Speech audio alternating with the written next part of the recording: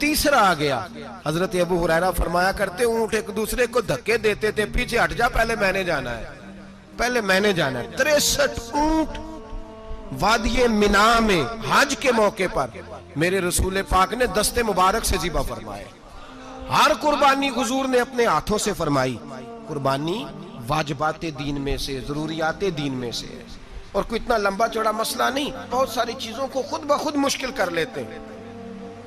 T V پہ خبر آتی ہے فیصل آباد کے 2 بیل ہیں, بھولو اور ڈولو, پتہ نہیں کتنے من ان کا وزن ہے. ان سے پوچھا جا رہا ہے کہ بھولو ڈولو کھاتے کیا ہیں؟ تو کہتے ہیں بادام کھاتے ہیں, مکھن کھاتے ہیں.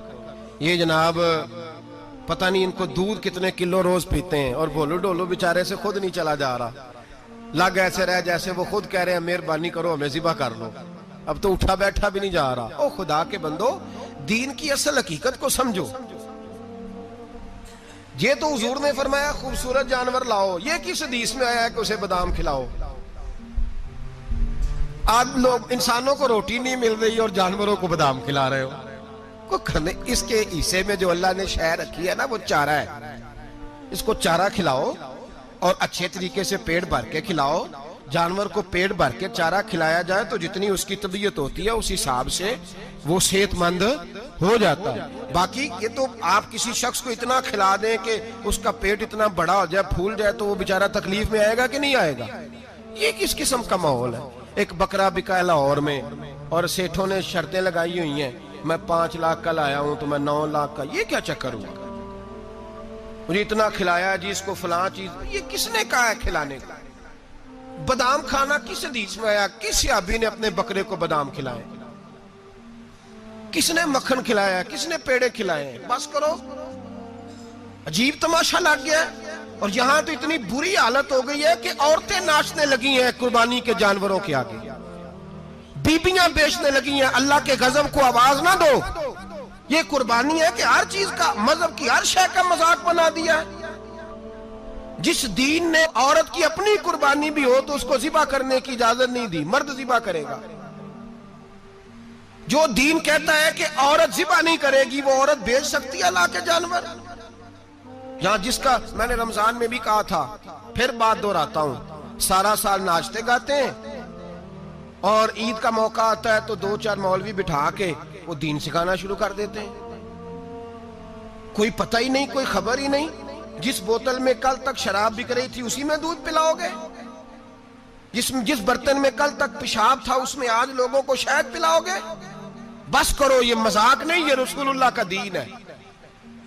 نبی پاک سید عالم صلی اللہ تعالی علیہ وآلہ وسلم نے کوئی ذمہ عورت کے کوئی چیز نہیں لگائی ایسی جس میں اسے مردوں کے ساتھ شامل ہونا پڑے. اور عورت سمجھ ہی نہیں رہی کہ یہ اس کی تذلیل ہے, عزت نہیں. صابن بک رہا ہے تو ساتھ بی بی کھڑی ہے, شیمپو بک رہا ہے تو عورت اس کی جو ہے وہ ایڈ دے رہی ہے. یہ عزت ہے عورت کی؟ رسوا کر دیا تم نے ہر شے میں عورت. اب قربانی کا جانور بھی بی بی بیچے گی؟ غیرت کہاں گئی اس قوم کی؟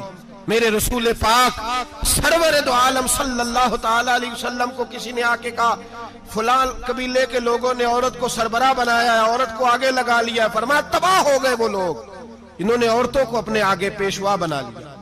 جس رب نے عورت کو نبوت نہیں دی, امامت کرنے کا حق نہیں دیا, کس چکر میں لوگ پڑ گئے؟ 5 لاکھ کا جانور کس لیے لائے ہو؟ 5 لاکھ کا تفاخر کے لیے, دکھانے کے لیے؟ تو اگر 50,000 کا 60,000 کا بھی جانور لاتا تو اچھا آ جاتا. اور 50,000 کا جانور لائیں تو 5 لاکھ میں کتنے آتے ہیں بولے؟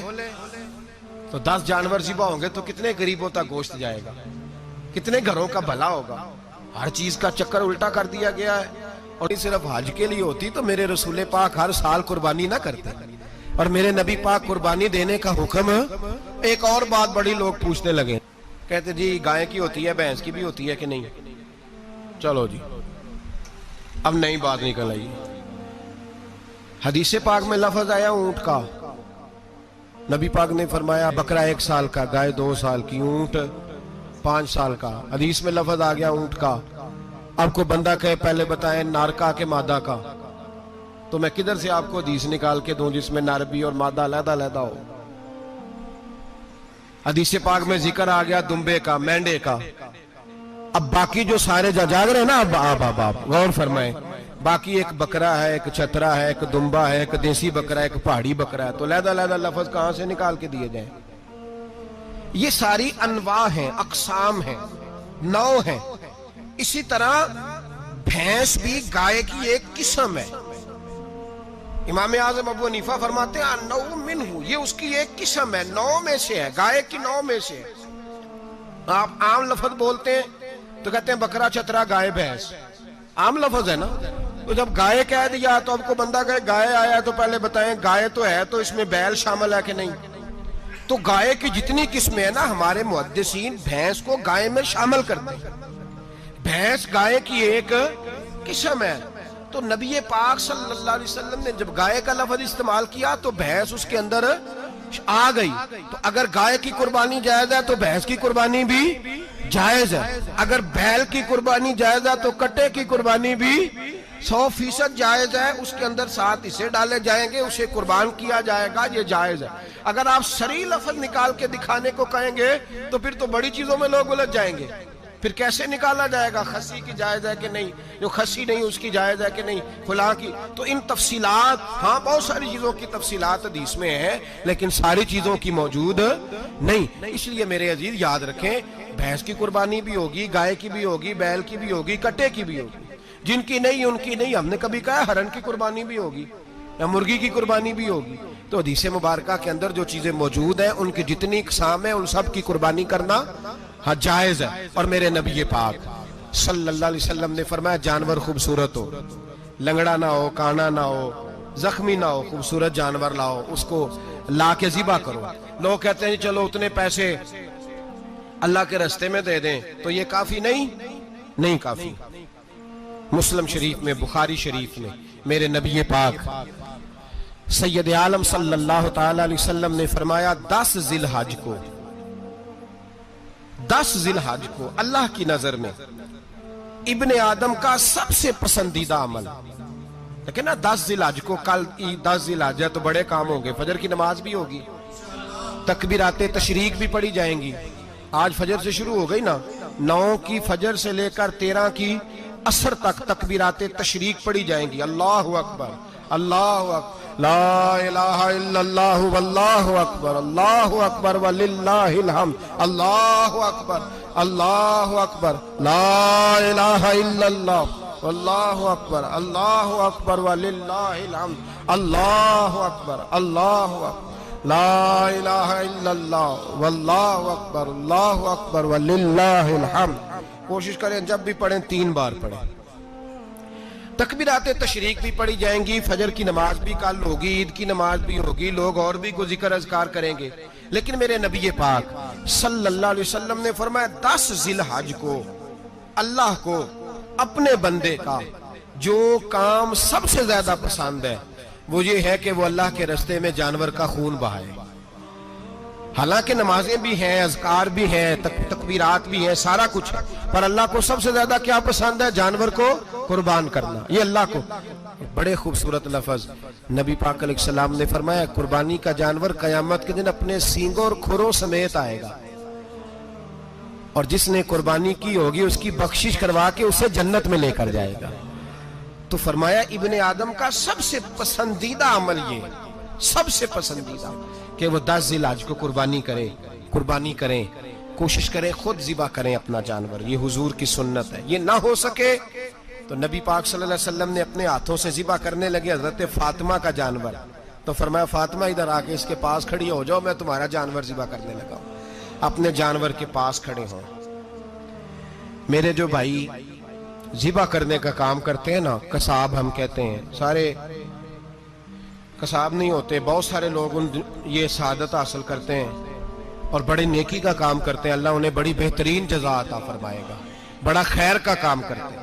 لیکن چونکہ رش ہوتا ہے ایسے لوگوں کے پاس، تھوڑی جلدی بھی ہوتی ہے، پہلی تو کوشش کریں تکبیر خود ڈالیں. یہ نہیں ہو سکتا تو قریب کھڑے ہوں.